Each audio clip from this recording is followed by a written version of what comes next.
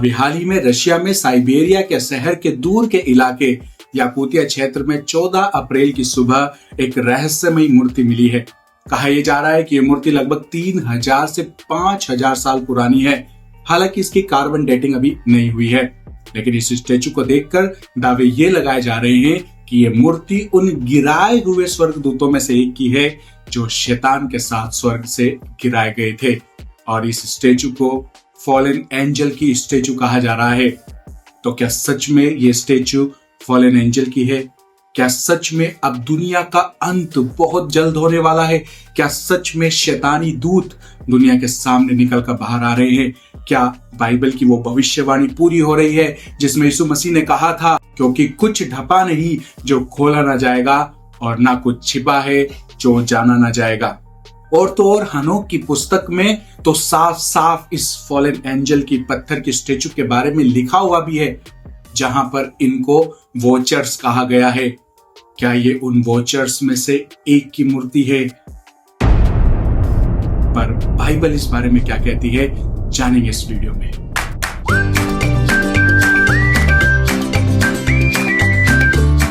WTL जो कि एक इंडिपेंडेंट मसीह मीडिया है, जहां पर आप मसीह न्यूज, बाइबल सवाल जवाब और संडे सर्विस से जुड़ सकते हैं। और अगर आप हमारी इस इंडिपेंडेंट मसीह मीडिया को सपोर्ट करना चाहते हैं तो आप हमें ज्वाइन भी कर सकते हैं, या डिस्क्रिप्शन में दिए गए नंबर पर गूगल पे भी कर सकते हैं। आप जानते ही हैं कि मसीह मीडिया को कोई स्पॉन्सर या रेवेन्यू जनरेट नहीं हो पाता है। ऐसे में अगर आप चाहते हैं कि हम मसीह लोगों के लिए एक ईमानदार सेविकाई करते रहें तो आप हमारी सपोर्ट बन सकते हैं। May God bless you and your family.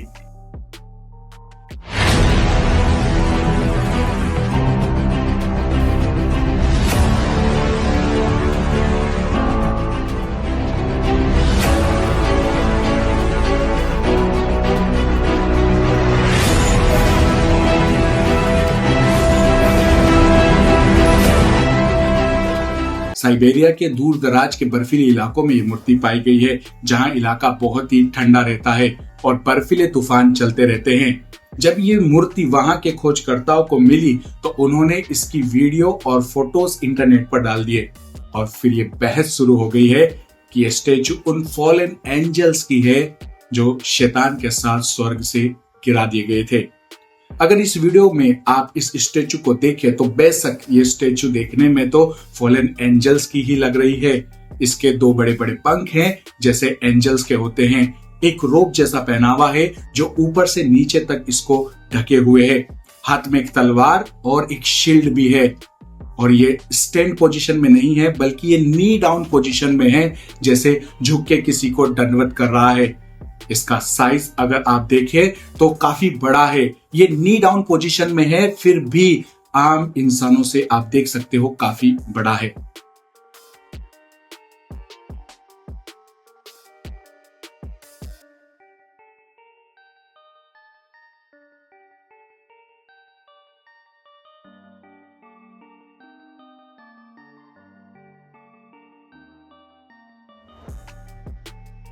तो इसकी सारी डिटेल्स उन फॉलन एंजल से हूबहू मिलती है जिनका जिक्र बाइबल में किया गया है। और तो और अगर आप बुक ऑफ इनोक, हनोक की पुस्तक के बारे में भी जानते हैं तो उसमें जिन वॉचर्स का जिक्र किया गया है, ये स्टेचू उन वॉचर्स से लगभग 100% मैच होती है। हनोक अध्याय 10 उसके 4 से 12 में उल्लेख है कि कैसे गिराए हुए स्वर्गदूतों ने, वॉचर्स ने, जिन्होंने स्त्रियों के साथ संबंध बनाए थे, उनको परमेश्वर के स्वर्गदूतों द्वारा पृथ्वी के नीचे गहरे स्थानों में दबा दिया गया था और पर्वत के नीचे कैद कर दिया गया था। और ये मूर्ति मिली भी ऐसी हालात में है, पहाड़ों के नीचे से। पर सवाल ये उठता है कि क्या इतने सालों तक किसी का शरीर बिना खराब हुए मम्मीफाइड रह सकता है, मतलब कि सुरक्षित रह सकता है? साइंस इस बारे में क्या कहती है? बिल्कुल, साइंस भी कहती है कि कुछ विशेष वातावरण में कोई भी शरीर ऐसे जमकर पत्थर बन जाता है। इवन बहुत से मेंढक, छिपकलियां, मछलियां और यहाँ तक कि जानवरों और इंसानों की भी बॉडी पाई गई है जो विशेष वातावरण में जमकर पत्थर बन गई हैं। इसको प्रेटिफिकेशन कहा जाता है, यह एक भूवैज्ञानिक प्रक्रिया है जिसमें कोई भी जैविक वस्तु जैसे पेड़, जानवर या इंसान धीरे धीरे खनिजों से भरकर पूरी तरह से पत्थर जैसी ठोस बनावट में बदल जाती है। ऐसा अक्सर ठंडे इलाकों में खनिजों से भरे हुए पानी में या ज्वालामुखी लावा में हो जाता है। पर अगर ये रियल में प्रेटिफिकेशन से बनी बॉडी है तो इसके कपड़ों का क्या? इसके कपड़ों को तो सड़ कर गल जाना चाहिए था। इसके कपड़े तो बिल्कुल ही सही सलामत दिख रहे हैं। इसका जवाब मैं आगे वीडियो में आपको दूंगा। अब सवाल ये उठता है, क्या यातुकिया में मिली यह रहस्यमयी मूर्ति असल में कोई प्राचीन जीवित प्राणी की है, जैसे कि नपीली दानव, जिनके बारे में बाइबल की उत्पत्ति किताब में लिखा हुआ है, जिसे प्राकृतिक शक्तियों ने पत्थर में बदल दिया हो? उत्पत्ति अध्याय 6 उसके 1 से 4 में लिखा है, जब मनुष्यों की संतान पृथ्वी पर बढ़ने लगी और उनके यहाँ बेटियां उत्पन्न हुई, तब परमेश्वर के पुत्रों ने देखा कि मनुष्य की बेटियां सुंदर है और उन्होंने जिनसे चाहा उनसे अपनी पत्नियां ब्याह ली। उन दिनों और उसके बाद भी पृथ्वी पर नफीलियम हुआ करते थे। जब परमेश्वर के पुत्र मनुष्य की बेटियों के पास गए और उनसे बच्चे उत्पन्न हुए, वे वही शक्तिशाली योद्धा थे जो प्राचीन काल में प्रसिद्ध थे। क्या यह परमेश्वर का कोई इशारा है जो हमारे सामने प्रकट किया जा रहा है? क्या यह बाइबल की वो भविष्यवाणी पूरी हो रही है जिसमें यीशु मसीह ने कहा था मत्ती अध्याय 10 उसके 26 में, क्योंकि कुछ ढपा नहीं जो खोला ना जाएगा और ना कुछ छिपा है जो जाना ना जाएगा? या फिर यह कोई परलौकिक प्राणी था जैसे वोचर्स, जिनके बारे में हनोक ने अपनी किताब में लिखा था? ध्यान से देखा जाए तो ये तीनों बातें ही सच साबित हो सकती है, पर सच क्या है? क्या ये प्राणी नपीली प्रजाति का हो सकता है? क्योंकि बहुत से लोग इसको नेफिलियम कह रहे हैं। संभावना तो है, हो सकता है, क्योंकि उस समय ऐसे दानव हुआ करते थे जो फॉलन एंजल्स और इंसानों के मेल से पैदा हुए थे और वे सूरवीर हुआ करते थे। हमने अभी इसे पढ़ा उत्पत्ति अध्याय 6 के 4 में। पर क्या उन नफीलियों के पंख भी हुआ करते थे? बाइबल और हनोक की पुस्तक में पंखों का स्पष्ट रूप से कोई उल्लेख नहीं किया गया है जब हम नफीलियम की शारीरिक विशेषताओं की बात करते हैं। हालांकि स्वर्गदूतों जिनसे ये नफीलियम उत्पन्न हुए थे के बारे में बाइबल में पंखों का उल्लेख है। स्वर्गदूतों को अक्सर पंखों वाले प्राणी के रूप में दिखाया गया है, जैसे यशायाह अध्याय 6 उसके 2 में वर्णित है, स्वर्गदूतों के चारों ओर पंख थे। हनोक की पुस्तक में भी स्वर्गदूतों का पंखों वाला प्राणी के रूप में उल्लेख मिलता है, लेकिन नफीलियम जो स्वर्गदूतों और मनुष्यों के संयोग से उत्पन्न हुए थे का वर्णन किसी पंखों वाले प्राणी के रूप में नहीं किया गया है। वे शारीरिक रूप से बहुत बड़े और शक्तिशाली थे, लेकिन उनके पंखों के बारे में कोई खास जानकारी नहीं मिलती है, तो इसलिए ये स्टेचू नपीली है ये नहीं कहा जा सकता।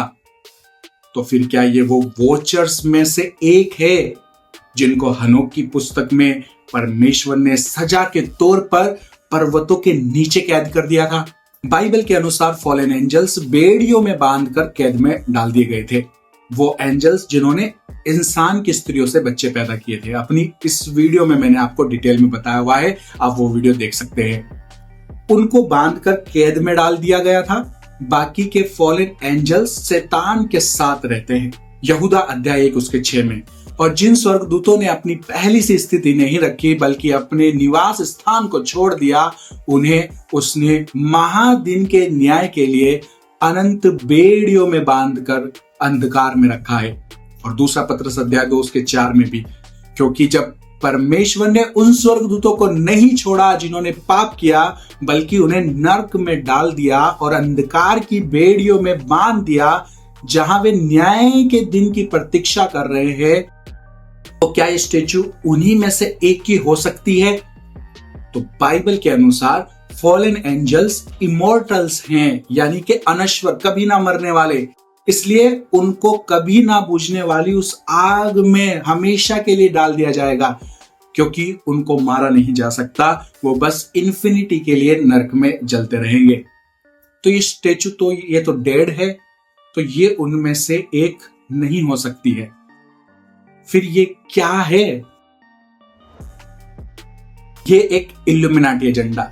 इस स्टेचू को जानबूझकर मीडिया में लाया जाएगा और ये आपकी माइंड प्रोग्रामिंग कर रहे हैं कि डीमंस तो देखो जी ऐसे दिखते हैं और वे सब मर चुके हैं, वो सब डेड हैं, अब कोई शैतान नहीं है, कोई उसके डीमंस एग्जिस्ट नहीं करते। ये तो पुराने काल के किस्से और कहानियां थी, डीमंस और शैतान। अब हम नए युग में जी रहे हैं, हम इनके होने को मना नहीं कर रहे हैं, पर वो सब एक एंशियंट हिस्ट्री का पार्ट था। अब एआई का जमाना है, इंसान बहुत आगे बढ़ चुका है, ऐसा ही कुछ परोसा जाएगा दुनिया के सामने, ये बात याद रखना मेरी। पर ये ऐसा क्यों कर रहे हैं? क्योंकि बहुत ही जल्द ये दुनिया के सामने एलियंस को लेकर आने वाले हैं। एजेंडा एलियन, मैंने आपको अपनी पिछली वीडियो में बताया था, ये डीमंस को, उन रेप्टेलियंस को आपके सामने एलियन कहकर इंट्रोड्यूस करने वाले हैं और उसी के लिए आपकी माइंड प्रोग्रामिंग कर रहे हैं कि देखो डीमंस जो हैं वो तो ऐसे होते थे और एलियंस ऐसे होते हैं।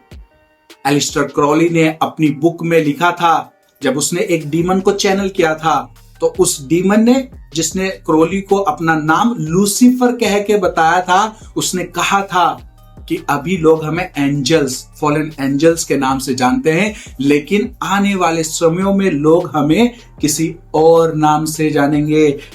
और ये क्राउली ने उस डीमन की फोटो भी बनाई थी जो आज के एलियन जैसी है, सेम टू सेम। अब देखो, अगर ये रियल में प्रेटिफिकेशन से बनी बॉडी है तो इसके कपड़ों का क्या? इसके कपड़े तो सड़कर गल जाने चाहिए थे, इसके तो कपड़े बिल्कुल सही सलामत दिख रहे हैं। अगर ये नेचुरल फिनोमिना से बना प्रेटिफिकेशन है तो कपड़ों के चांस है कि वो खराब हो जाने चाहिए थे, नो डाउट। पर कुछ प्रेटिफिकेशन में कपड़े भी पत्थर जैसे कठोर हो जाते हैं, लेकिन पूरी तरह से पत्थर नहीं बन सकते। इस स्टेचू के कपड़े बाकी बॉडी से अलग जरूर से होने चाहिए थे, पर ये सब सेम लग रहे हैं। अभी जब इसकी कार्बन डेटिंग रिपोर्ट सामने आएगी तो कहीं इसको 50,000 साल पुराना बताया जाएगा, कहीं इसको लाखों साल पुराना। ये सब एजेंसी इनके कंट्रोल में होती हैं। कार्बन डेटिंग एक फ्रॉड है, मैं बता रहा हूं आपको। पर अगर ये स्पिरिचुअल फिनोमिना था तो कपड़े भी पत्थर बन सकते हैं। कहीं ऐसा तो नहीं कि ये फॉलन एंजल अभी भी जिंदा है और महाक्लेश से पहले इस स्टेचू से बाहर निकल आएगा और ये उन 4 स्वर्ग दूतों में से है जो दुनिया के लोगों को दंड देने के लिए परमेश्वर बेड़ियों से खोल देगा। प्रकाशित वाक्य अध्याय 9 उसका 14 से 15। मानो कोई 6वें स्वर्गदूत से जिसके पास तू रही थी कह रहा है कि उन 4 स्वर्गदूतों को जो बड़ी नदी फुरात के पास बंधे हुए हैं खोल दे। और वे चारों दूत खोल दिए गए जो उस घड़ी और दिन और महीने और वर्ष के लिए मनुष्यों की 1/3 को मार डालने को तैयार किए गए थे। God knows better। एक और बात जो मैं आपके साथ शेयर करना चाहता हूं कि हमारे जैसे चैनल्स पर YouTube एड्स का रिवेन्यू लिमिटेड कर देता है, मतलब कि एड से कोई भी खास इनकम नहीं होती है, इतनी भी नहीं कि एक्सपेंसेस भी निकाले जा सकें, और स्पॉन्सर्स हम जैसे चैनल्स को मिलते नहीं हैं। तो अगर आप चाहते हैं कि हम इसी तरह से वीडियोस को रेगुलर बना सकें और अपनी इस सेविकाई को ईमानदारी से कर पाएं, तो हमें आप मसीह भाई बहनों की सपोर्ट की जरूरत है। अगर आप हमारी इस इंडिपेंडेंट मसीह मीडिया को सपोर्ट करना चाहते हैं तो आप हमें ज्वाइन भी कर सकते हैं या डिस्क्रिप्शन में दिए गए नंबर पर गूगल पे भी कर सकते हैं। Thank you, may God bless you and your family. तो चलिए फिर मिलते हैं हमारी नेक्स्ट वीडियो में। Stay tune, stay blessed.